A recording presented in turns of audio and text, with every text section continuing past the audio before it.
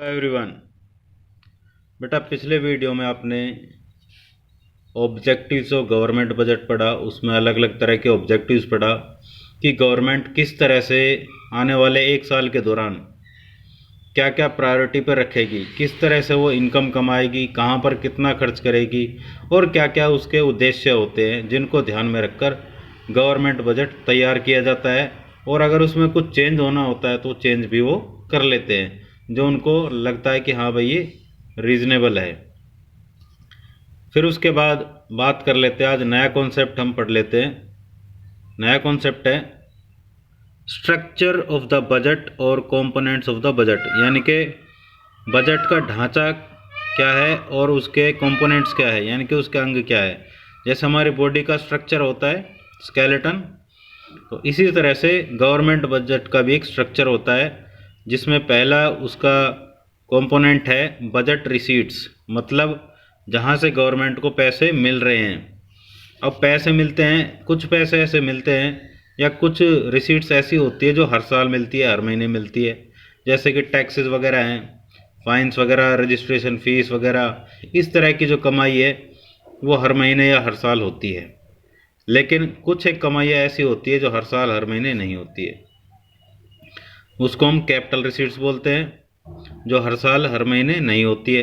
लेकिन जो हर साल हर महीने होती है उसको हम रेवेन्यू रिसीट्स बोलते हैं।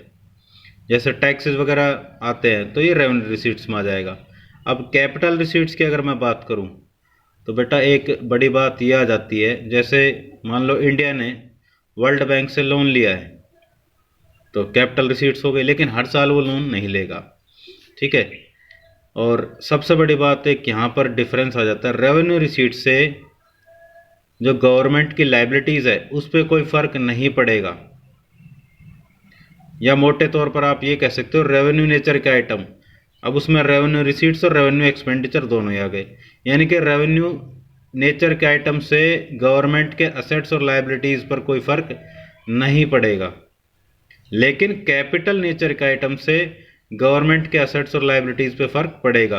और वो चेक करके देख लेते हैं बेटा, जैसे गवर्नमेंट को हर साल इनकम होती है, हर साल वो खर्चा करती है, तो इस तरह से उसकी असेट्स और लाइबिलिटीज़ पे कोई फ़र्क नहीं पड़ेगा। लेकिन अगर मैं बात करूँ कैपिटल रिसीट्स की, वर्ल्ड बैंक से उधार लिया है, कैपिटल रिसीट हो गया, पैसा मिल गया, लेकिन लाइबिलिटी गवर्नमेंट की बढ़ जाएगी। अब कैपिटल एक्सपेंडिचर की बात करूँ तो इससे गवर्नमेंट की लाइबिलिटी घट जाएगी, ठीक है। कैसे घट जाएगी भाई, जो लोन लिया था उसकी पेमेंट कर रही है तो उससे क्या है, बेसिकली वो लाइबिलिटी घट गई। और असेट्स बढ़ जाते हैं कैपिटल रिसीट से, और कैपिटल एक्सपेंडिचर से असेट्स घट जाते हैं, राइट। तो इस तरह से आप देख सकते हो कि रेवेन्यू नेचर के आइटम से गवर्नमेंट के असेट्स और लाइबिलिटीज़ पर कोई फ़र्क नहीं पड़ता है, लेकिन आपके कैपिटल नेचर के आइटम से फ़र्क पड़ता है, राइट। अब इनको हम वन बाय वन देख लेते हैं। बेटा पहला है बजट रिसीट्स। ये क्या है, एस्टिमेटेड, मतलब साल के दौरान जो कितनी इनकम होगी कहाँ कहाँ से, फिस्कल ईयर या फाइनेंशियल ईयर आप इसको बोल सकते हो, ठीक है। एक साल के दौरान 1 अप्रैल से लेकर 31 मार्च तक अलग अलग सोर्सेज ऑफ इनकम के वहाँ से कितना पैसा मिलेगा, ये एस्टिमेट लगा के चलते हैं। अब इसमें दो टाइप आ जाते हैं, रेवेन्यू रिसीट्स और कैपिटल रिसीट्स। तो सबसे पहले हम रेवेन्यू रिसीट्स के बारे में पढ़ते हैं। रेवेन्यू रिसीट्स बेटा ये आपको पहले ही बता दिया, ये हर महीने या हर साल या रेगुलर बेसिस पर मिलता है। अब इसके दो मेन करेक्टरिस्टिक्स या फीचर्स है।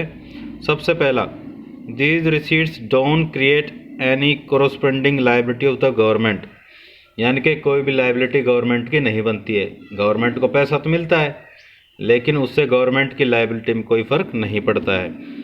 जैसे टैक्स है, वन साइडेड और यूनिलेटरल पेमेंट है, यानी कि कंज्यूमर्स वगैरह है, प्रोड्यूसर्स है, ये गवर्नमेंट को देते हैं। अब गवर्नमेंट से ये थोड़ी कहते हैं कि भाई हमने आपको टैक्स दे दिया है अब इसके बदले हमें कुछ दो, नहीं, ये वन साइडेड पेमेंट है, यानी कि गवर्नमेंट को सिर्फ पैसा रिसीव होता है, उसके बदले गवर्नमेंट को कुछ भी देना या करना नहीं पड़ता है, राइट। तो लायबिलिटी में कोई फ़र्क नहीं पड़ेगा।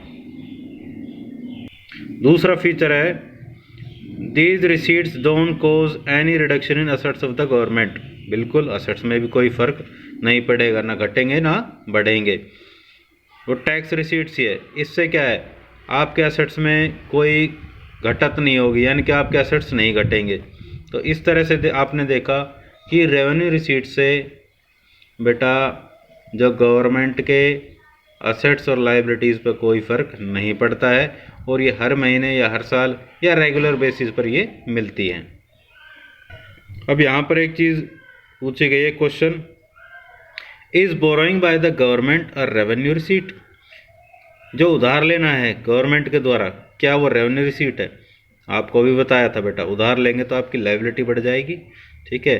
तो ये डेफिनेटली कैपिटल रिसीट है, ना कि रेवेन्यू रिसीट है। तो इसको आप बोलेंगे no, it creates a liability of repayment, किसके लिए? For the government.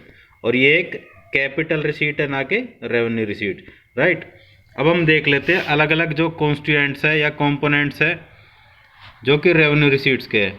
अब एक साइड तो इनके टैक्स रिसीट्स, यानी कि अलग अलग तरह के टैक्सेस हैं जिनके थ्रू गवर्नमेंट को इनकम मिलती है, पैसे मिलते हैं। दूसरा नॉन टैक्स रिसीट्स, मतलब जो टैक्स के अलावा है, क्या क्या चीज़ें वो देख लेते हैं। तो सबसे पहला इनकम टैक्स, भाई जो आप इनकम कमा रहे हो उस पर जो टैक्स दे रहे हो वो इनकम टैक्स है। एक सबसे बड़ी बात याद रखना कि इनकम टैक्स एक डायरेक्ट टैक्स है। टैक्सेस में अब यहाँ पर डायरेक्ट और इनडायरेक्ट टैक्स सभी आ जाएंगे।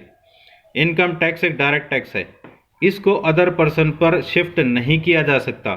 जैसे आपकी इनकम है तो आपको टैक्स चुकाना पड़ेगा, लेकिन अगर जैसे मैं इनडायरेक्ट टैक्स जीएसटी की बात करूं, बेटा आप टैक्स चुका के आए, जैसे आपने 11th क्लास में अकाउंटेंसी में पढ़ा है, भाई 100 रुपये की शर्ट खरीद के लाए, 20 रुपये उस पर जीएसटी दिया, 120 की पड़ी। अब कस्टमर से आप 150 रुपये ले रहे हो या 200 रुपये ले रहे हो, तो उसमें अपना जीएसटी भी तो रिकवर कर रहे हो ना। तो इसका मतलब क्या है, इनडायरेक्ट टैक्स को दूसरे पर्सन पर शिफ्ट किया जा सकता है लास्ट तक, जब तक ये बिकती रहेगी, यानी कि एंड कंज्यूमर पर इसका अल्टीमेट बर्डन पड़ेगा, ना कि जो खरीद के लाए हैं। कॉरपोरेशन टैक्स, ये क्या है, जो कॉरपोरेट प्रॉफिट टैक्स होता है, भाई जो प्रॉफिट कमाते हैं बिजनेस में। एस्टेट ड्यूटी क्या है, संपदा कर, यानी कि संपत्ति कर, भाई आपके पास इतनी प्रॉपर्टी है, इसको आप प्रॉपर्टी टैक्स भी बोल सकते हो। गिफ्ट टैक्स, गिफ्ट पे भी टैक्स लगता है। जैसे एक एग्जांपल आपको दिया था बहुत टाइम पहले, किसी बाहर देश के फैन ने, सचिन तेंदुलकर का जो फैन था, सचिन तेंदुलकर एक बहुत बड़े क्रिकेटर है और वो हालांकि अब रिटायर हो चुके हैं, तो उन्होंने बहुत अच्छा नाम किया। उस टाइम पर वो बहुत ज़बरदस्त पीक पे थे, तो एक उनके फ़ैन ने उनको बेटा फरारी गिफ्ट की। तो फरारी उस टाइम पर करीब 1 करोड़ की कीमत की थी, लेकिन उस पर टैक्स उस टाइम पर बेटा 300% टैक्स लगा, यानी कि 1 करोड़ की गाड़ी और 3 करोड़ का टैक्स चुकाना पड़ गया सचिन तेंदुलकर को। तो इस तरह से गिफ्ट पे भी टैक्स लगता है। कस्टम्स ड्यूटी क्या है, वही इंपोर्ट ड्यूटी, इंपोर्ट जो मंगाते हो आप उस पर टैक्स लगता है। एक्साइज ड्यूटी, इसको आप प्रोडक्शन टैक्स भी बोल सकते हो, भाई गवर्नमेंट फिक्स करती है, क्योंकि प्रोडक्शन करने से पोल्यूशन बढ़ता है, तो गवर्नमेंट फिक्स कर देती है, भाई तुम पोल्यूशन कर रहे हो तो उसके लिए कुछ ना कुछ तो तुम्हें देना पड़ेगा, एनवायरनमेंट को ख़राब कर रहे हो, तो ये प्रोडक्शन टैक्स है। प्रोडक्शन जितना बढ़ेगा ये एक्साइज ड्यूटी भी उतनी बढ़ेगी। उसके बाद हम देख लेते हैं इधर नॉन टैक्स रिसीट्स, मतलब टैक्स के अलावा फीस। ये बेटा नाम मात्र की होती है, जैसे रजिस्ट्रेशन फीस है, या कोई भी आप सर्विस लेने जाते हो गवर्नमेंट डिपार्टमेंट में, छोटी सी स्लिप कटती है, बस वो फीस है। एस्चीट, एस्चीट का मतलब लावारिस संपत्ति, लावारिस संपत्ति। इस तरह से गवर्नमेंट को जो रिसीट मिलती है, लावारिस संपत्ति का मतलब जिस संपत्ति का कोई क्लेम करने वाला नहीं है। जैसे कोई इंसान ऐसा है जिसके बच्चे भी नहीं थे, कोई रिश्तेदार वगैरह भी नहीं है, और वो एक्सपायर हो जाता है और उसकी प्रॉपर्टी वो गवर्नमेंट के खाते में चली जाती है। फिर इनकम फ्रॉम पब्लिक एंटरप्राइजेज, यानी कि जो गवर्नमेंट के अंडर जो कंपनीज है, बिजनेसेस है, उनसे जो इनकम मिल रही है वो गवर्नमेंट की इनकम है। ग्रांट्स एंड डोनेशंस, अलग अलग देशों से, अलग अलग जगह से गवर्नमेंट को भी ग्रांट्स और डोनेशन भी मिलते हैं, तो वो इसमें आएगा। फाइन्स, जैसे कि भाई आपने वो तोड़ दिया ट्रैफिक रूल, रेड बत्ती थी, क्रॉस कर गए, चालान कटा, इस तरह के फाइन्स हैं। ये बेसिकली कमाई के लिए नहीं है, ये सिर्फ क्या है, रूल्स को फॉलो करवाने के लिए किए जाते हैं। स्पेशल असेसमेंट, स्पेशल असेसमेंट क्या है कि जैसे मान लो आपकी ज़मीन की कीमत है भाई अभी फ़िलहाल के हिसाब से मान लो 50 लाख है, कोई आपका खेत है 50 लाख। अब मान लो वहाँ से गवर्नमेंट का प्रोजेक्ट निकल जाए, कोई बढ़िया हाईवे निकल जाए, और वही आपका 50 लाख का खेत मान लो 5 करोड़ का हो जाए, तो कीमत बहुत ज़्यादा बढ़ गई। किस वजह से बढ़ी? जो हाईवे निकला। कोई भी प्रोजेक्ट हो सकता है जिसकी वजह से आपकी ज़मीन की कीमत बढ़ जाए, तो उसके लिए गवर्नमेंट क्या है, आपसे स्पेशल असेसमेंट मतलब उस पर कुछ चार्ज लेती है आपकी जो प्रॉपर्टी उस पर। फिर income from the sale of spectrum like 3G 4G and 5G। जैसे इंटरनेट की जनरेशन है 3G 4G 5G, सबसे पहले ये जो टेक्नोलॉजी है या ये जो कह सकते हैं नई टेक्निक है इंटरनेट की, कम्युनिकेशन की, ये गवर्नमेंट के पास आती है। फिर ये अलग अलग, जैसे ये वोडाफोन है, आइडिया है, एयरटेल है, अलग अलग कंपनीज है, इनको वो गवर्नमेंट बेच देती है। तो इनके बेचने से जो इनकम होती है वो गवर्नमेंट की नॉन टैक्स रिसीट्स में आएगी, राइट।